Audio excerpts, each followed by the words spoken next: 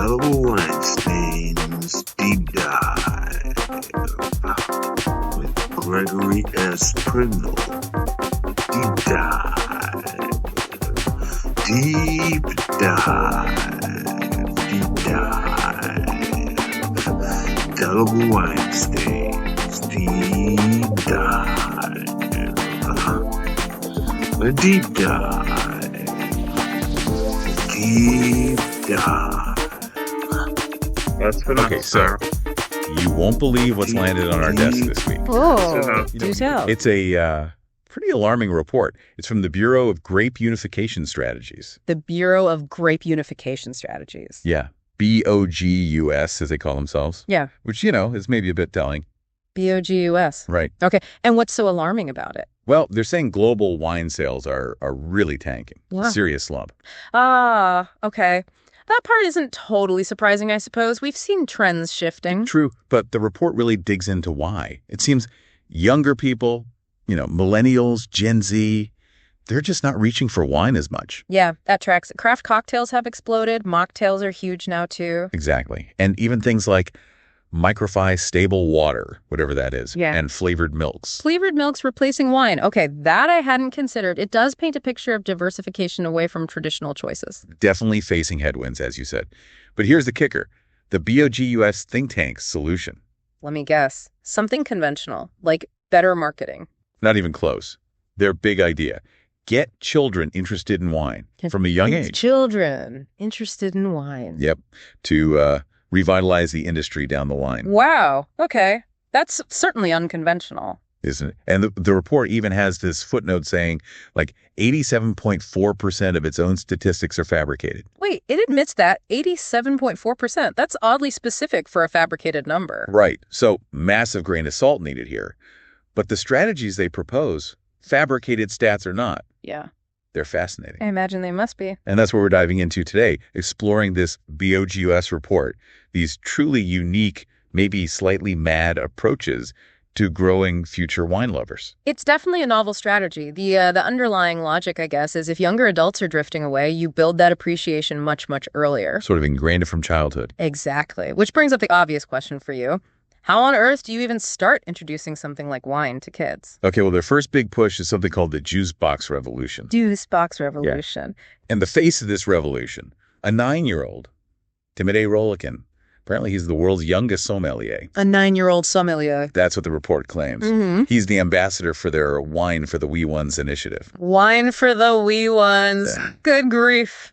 So Yeah. what does this 9-year-old ambassador do? He hosts juice box masterclasses in Playground, NYC, no less. A masterclass using juice boxes. Yeah. The idea is to teach tasting basics using juice.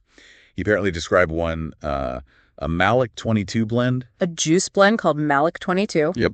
And he said it had an impressively crispy mid-palate with a sharp, lingering finish. He actually used the term crispy mid-palate for juice. Quoted directly. It's all wine tasting language, just applied to juice boxes. Huh. So they're mapping that whole sensory vocabulary onto something familiar, introducing concepts like finish and palate really early. Seems like it. And the food pairings? Forget cheese boards. Oh no. What are they pairing with this sophisticated juice? Goldfish crackers and stringy cheese. Goldfish and string cheese. Yeah. The classic companions to a crispy mid-palate. Apparently. Mm. And the report says parents watching these classes are quite positive, seeing it as a gateway to refined palates. A gateway. Interesting phrasing. And get this, rumors of endorsements. From big juice brands, Jane's and John's Juicy Juices, Yeah. and Too Much Sunshine. Ah, so linking it to trusted kid brands, that makes Yeah. a certain kind of marketing sense, I suppose. Forging that positive link early. A link they hope pays off later. Yeah. Okay, moving on. If you thought that was odd. Oh, there's more. Oh, yes. Thomas the Tank Engine. What about Thomas? Please don't tell me he's driving grapes to the crush pad. Sort of. It's a reboot set in a winery. Yeah. Thomas is now Thomas the Stainless Steel Fermentation Tank. Thomas, the fermentation tank. And his friends are other bits of winery equipment, I guess. And they teach kids the science of winemaking. So it's edutainment. Winemaking edutainment. Looks like it. They cover things like achieving the perfect bricks levels. Teaching kids about sugar content in grapes via cartoon trains. That's a Yeah. choice. And dealing with challenges like dirty Brett. Brettanomyces, they've personified Brett as a character. Apparently a rogue bacteria strain who usually, learns a lesson or helps out by the end of the episode. Very on brand for kids' TV. A redemption arc for spoilage yeast. Huh. What are the critics saying? Calling it a delightful blend of STEM education and grape-based entertainment. Though, apparently people miss Ringo Starr's narration. Well, naturally. But embedding STEM in cartoons isn't new. It's just the topic is usually dinosaurs or space, not fomentation science. Exactly. Normalizing it, making it seem fun and accessible. Okay, so we've had juice sommeliers, winery trains. What's next? I'm almost afraid to ask. Wine gums. Wine gums, a classic chewy candy. Finally, something normal. Well, not quite. These aren't your standard ones. The BOGUS plan is to reinvent them. How so? By adding a touch of actual alcohol and very specific, kind of obscure grape flavors for kids. Adding alcohol to wine gums for children? Isn't the whole point of original wine gums that they didn't have alcohol? Historically, yes. Yeah. Meant to deter drinking, but this is a total flip. Infusing them with booze and these quite specific flavors. Okay, I need to hear these flavors. Right. So first up, Baboso Blackout. Baboso Blackout. Sounds ominous. Described as a moody chew for little adventurers. Deep, dark flavor. Moody chew. Okay. What else? Then there's Plavac Punch. That's Plavac Mali, the Croatian grape. Right. Bold red. They call it a chewy powerhouse, bold, fruity, a little wild child. A wild child chew. Got it. And my personal favorite name, Blaufränkisch Blast. Blaufränkisch. The Austrian red. The very same. And the description. A tangy treat with peppery meat, exclamation point included. Peppery. Meat. In a gummy candy. For children. That's what the report says. And lastly, Trebbiano Twist. Much more subtle, apparently. And they even note it's produced by Emidio Pepe. They're name-dropping Emidio Pepe on a wine gum packet.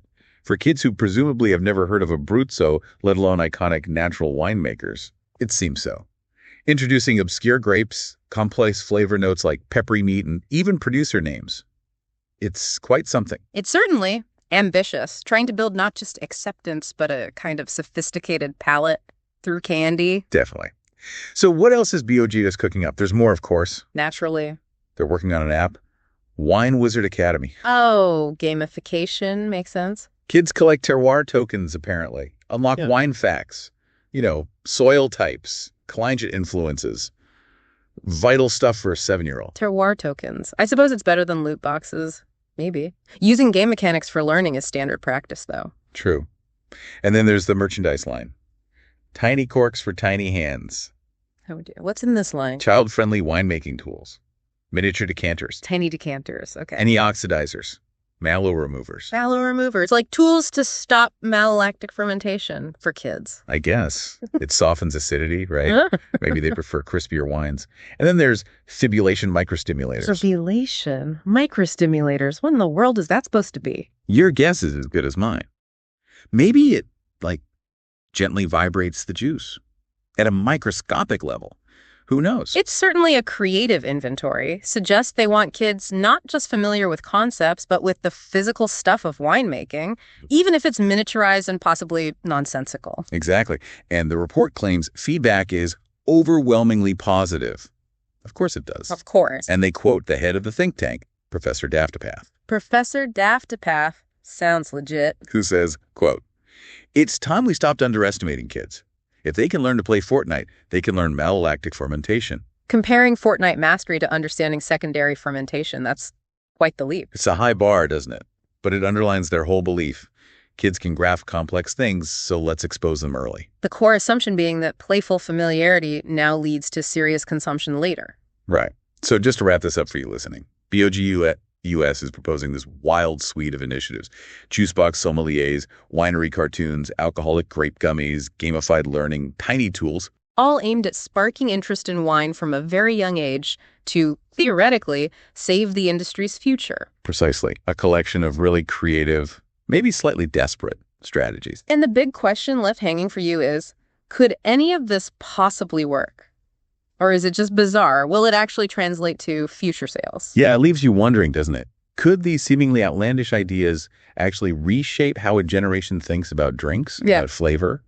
Or is it just peak BOGUS? Something for you to chew on, perhaps along with a peppery meat gummy. Thanks for joining me on this deep dive. Of course, it was fun. Until next time. For more wine news and wine articles, go to www.indeliblewinestain.com.